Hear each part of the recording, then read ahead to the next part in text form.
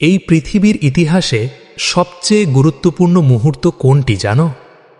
যেদিন আসমান থেকে প্রথমবারের মতো আল্লাহর বাণী একজন মানুষের হৃদয়ে নাজিল হয়েছিল। উম্মুল মুমিনিন আয়েশা রাদিয়াল্লাহু আনহা বলেন, রাসূলুল্লাহ সাল্লাল্লাহু আলাইহি ওয়াসাল্লামের প্রতি ওহীর সূচনা হয়েছিল সত্য স্বপ্নের মাধ্যমে। তিনি যে স্বপ্নই দেখতেন তা সকালের আলোর মতো স্পষ্ট হয়ে বাস্তবে রূপ নিত। এরপর নির্জনতা তার কাছে প্রিয় হয়ে ওঠে। তিনি চলে যেতেন মক্কার হেরা গুহায়। দিনের পর দিন, রাতের পর রাত সেখানে তিনি একাই ইবাদত করতেন।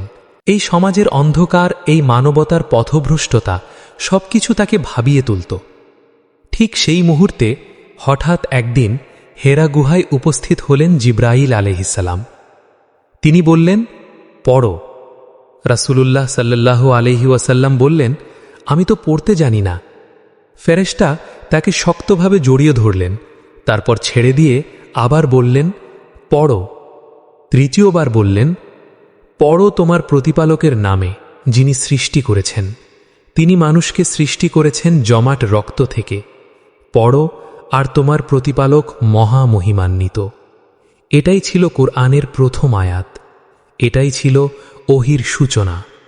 এই ওহী শুধু কিছু শব্দ নয়, এটি ছিল অন্ধকার থেকে আলোয় আসার ডাক, জাহিলিয়াত থেকে হেদায়াতের ডাক, মানুষকে মানুষের গোলামি থেকে বের করে আল্লাহর গোলামিতে আনার ডাক।